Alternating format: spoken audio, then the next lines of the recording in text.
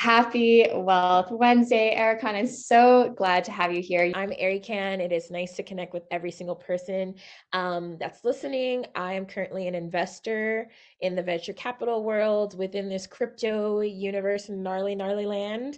And so every day I get to speak to some kooky peeps who are just like, we're gonna reinvent the world. And I'm like, let's go. My job as an investor and also the founder of Audacity Fund, which is a fund I recently launched last year, is to identify and connect and just really mobilize behind really smart people. What was your first ever investment? I probably would maybe echo that I wish I knew sooner and that I could have done more things. But my first investments were just like not, oh, I wasn't aware of them, but like I had a job. I used to be in healthcare. And so I got my first job out of college. And, turns out they put some money into a 401k, I think. No, it was a 401k, but at the time I didn't really know what 401k IRAs. I was aware that retirement was important, but I had no clue that I should be maxing out anything. I didn't know that there was like even like a quote unquote matching option. Like I had no idea, but my dad was very big on like, Erican, you need to make sure like you're stacking and piling money like in the retirement thing so that when you're old, you're going to be like not mad at yourself when you're younger. What got you into crypto of all things? And when? When did that happen? 2017, everybody was just so excited that Bitcoin was going up, but I hadn't jumped in yet. And I was feeling the FOMO. I was feeling the like, I know I need to be doing something. If this is the beginning of technology, I want to participate. But I couldn't get past KYC on my Coinbase app. That stands for Know Your Customer. And it's usually what happens when you're logging onto a new app, particularly where there's money that is involved. You're just supposed to upload your personal information, but it wouldn't read my passport or my ID or something like that. So I didn't get to come on board during 2017. So the way I got into crypto was actually missing the bull run because Mm. I missed that wealth creation opportunity. I had the means to put in a nice good amount and could have appreciated my Bitcoin investments and Ethereum investments dating back to 2017, but I did not get to participate because of a very seemingly insignificant infrastructural glitch. But that is Mhm. actually kind of more indicative of why I am now a venture capitalist because there's those little nuances that we take for granted, especially in the US, where it's just like, oh, yeah, just put your information in. But that's like harder said than done. It's easier said than done in emerging markets where, the technology may not read your facial features, or you may not have the quality of light to capture your face during a facial recognition KYC onboarding experience. Like there's all these nuances that we just completely can take for granted in the US that are like barriers to onboarding people to wealth creating opportunities across the world. And so that was like how I got in by not being able to get in. That experience really for me triggered like a frustration, to be honest, with like the brouhaha around the innovation of tech companies that are doing such revolutionary and disruptive things, but it's still isolating people. And admittedly, I was in this tech company. I was the only Black person and the only Black woman in my entire like division slash business line slash entire thing. And professionally, I was experiencing things that my peers just couldn't relate with that were more racially inclined and gender inclined. I decided to leave my job at LinkedIn and actually go on a trip around the world for 2 years before COVID happened. And I essentially decided to like study and understand different ways that money flows in between different like cultural groups that are completely non-prioritized in traditional finance. So I went to Nigeria, I went to Ghana, I lived in Thailand, I was in Cuba. I just like went to all these different odd corners of the world to just be like, how does money work here? That journey really exposed me to, frankly, a lot of cryptocurrency entrepreneurs because these are people around the world who realize like this is technology not for us to just like buy Bitcoin and watch it go up, but like this is important for us to build financial infrastructure in a country that has never built the railroads and the like guardrails for money to move freely through this country and to the masses of each nation that I was going to. COVID and 2020, I connected with a buddy I went to college with. His name is Kai Sheffield. He's actually the head of cryptocurrency today at Visa. We connected and, he was really excited at the time about building a community of Black entrepreneurs and Black builders in the US specifically who are building around crypto. And I was like, boom, I can bring some global folks, some people that I've met around the world during my travels. And so he brought his people, I brought my people. We started adding each other to this Telegram group chat. And this group chat ended up becoming this like mega beautiful, amazing collection of cryptocurrency executives and engineers and artists across like more than 20 countries in a very short period of time. And then we actually like mobilized as a community to really support this particular artist named Micah Johnson, who launched the Aku NFT. And we said, we're going to show with our dollars how much we really believe in this amazing artist.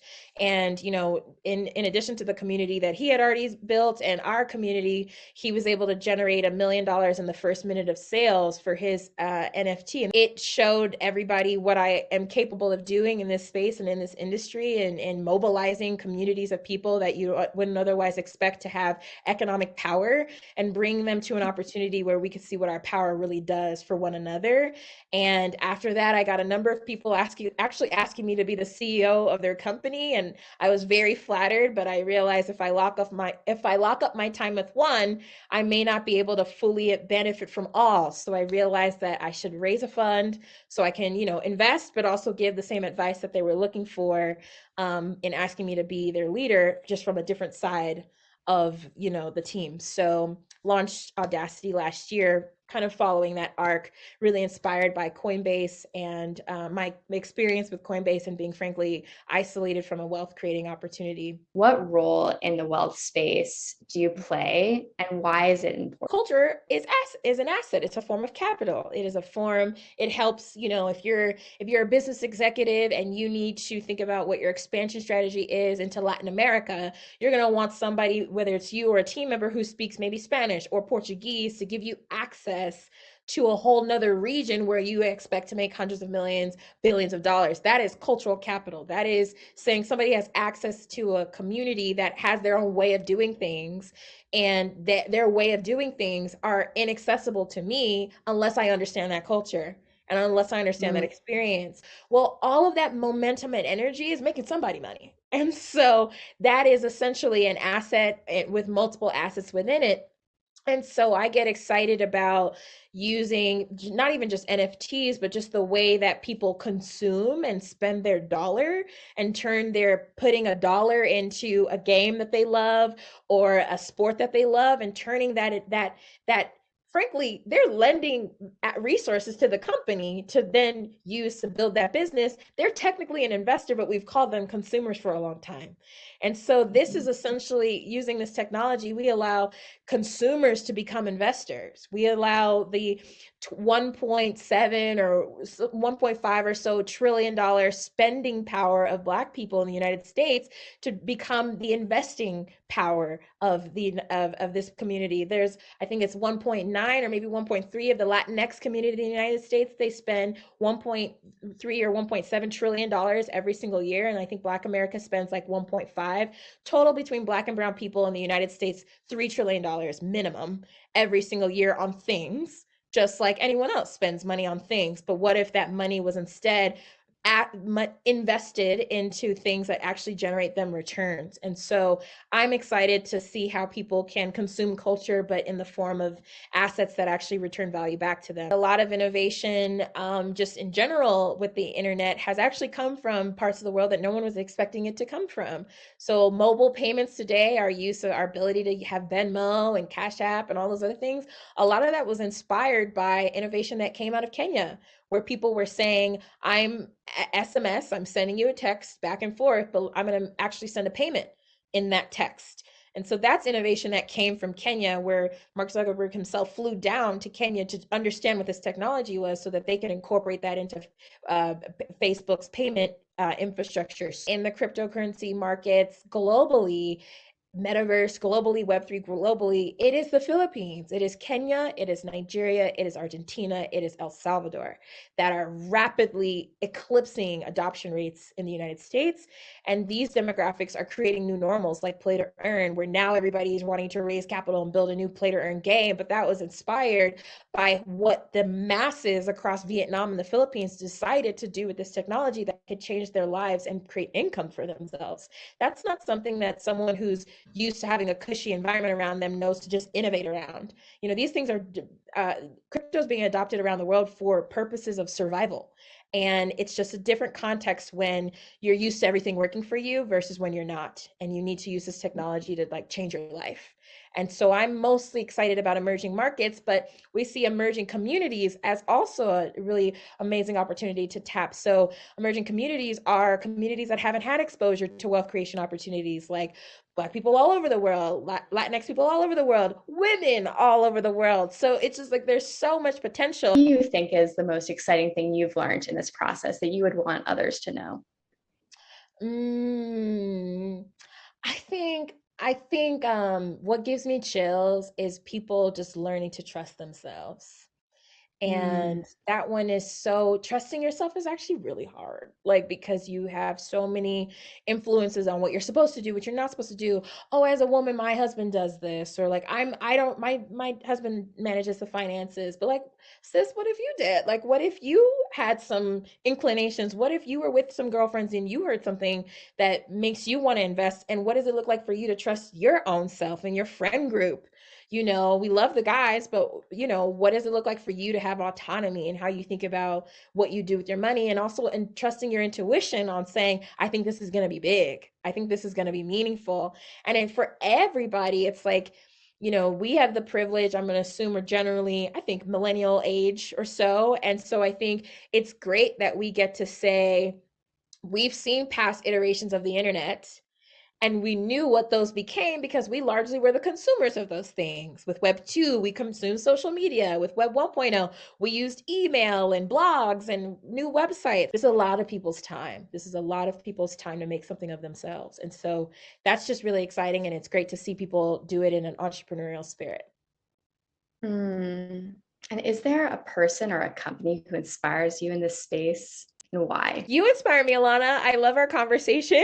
It really means a lot. You identify as an artist, and I do too. And never before in my life have I been able to like love on my artist self as I have in this moment, because finally, like art and making money and value are like in the same conversation, which has always been separated before. So it's very affirming to just even know you, first of all. So I just want to put you on that list for sure. And Thank you. yes, of course. And I'll just say I just had a really beautiful conversation with this wonderful woman named Vicky Fuller.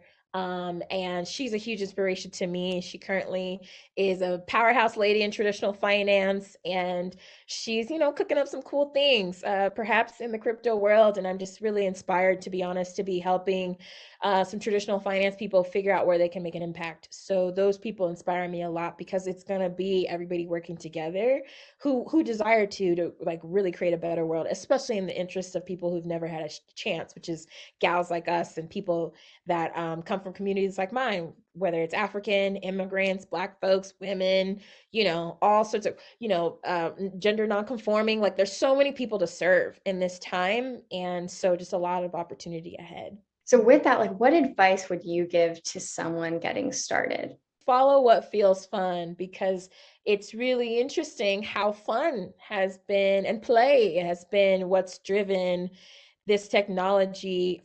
Fun, play, and freedom, frankly, has driven this technology in different parts of the world. And I think that's an instinct we haven't given ourselves as a society and humanity, the chance to like legitimize. Like we haven't legitimized what feels fun. It's like almost like a bad thing to have too much fun. Is there anything else we should know? How can we follow what you're up to? Go right now to audacity.fund, and drop your email. That is going to be the way that I get to communicate with you directly. And we're actively ramping up our Audacity community, and that's going to be really fun. I'm ready to meet people and get out there. So we want to just again have fun. We're serious about investing, but we also know that this is driven by joy. And so we just want you to drop your email there. And you can find me on Twitter as well. Hey, Erikan. HEYERIKAN, and Audacity_fund on Twitter.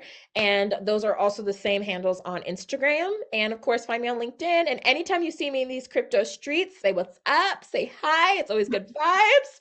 Okay, it's good energy over here. And the last little thing is I encourage all of my friends and everybody that I care about to talk in trillions. I want to encourage people to think about their $1 trillion value, because this is an industry where trillions of dollars are going to be generated over a short period of time. And I want people to embrace their value being attached to something that feels quite like out of bounds for a lot of people, but like embrace what that means. So if you're a woman, you're a part of a multi-trillion-dollar economy that's untapped. If you're a person of color, you're a part of a multi-trillion-dollar global economy that is generally untapped. So you are in a trillion-dollar economy inherently. Move with that energy and that spirit. And so we encourage everybody around us to say, we talk in T's. We talk in T's, because that's representative of our value. So please know your value when you enter in rooms and talk in T's. You are amazing. Thank you, as always. I cannot wait for all of our $1 trillion conversations to come. Hey, let's go. Talking to T's, y'all. Talking to you.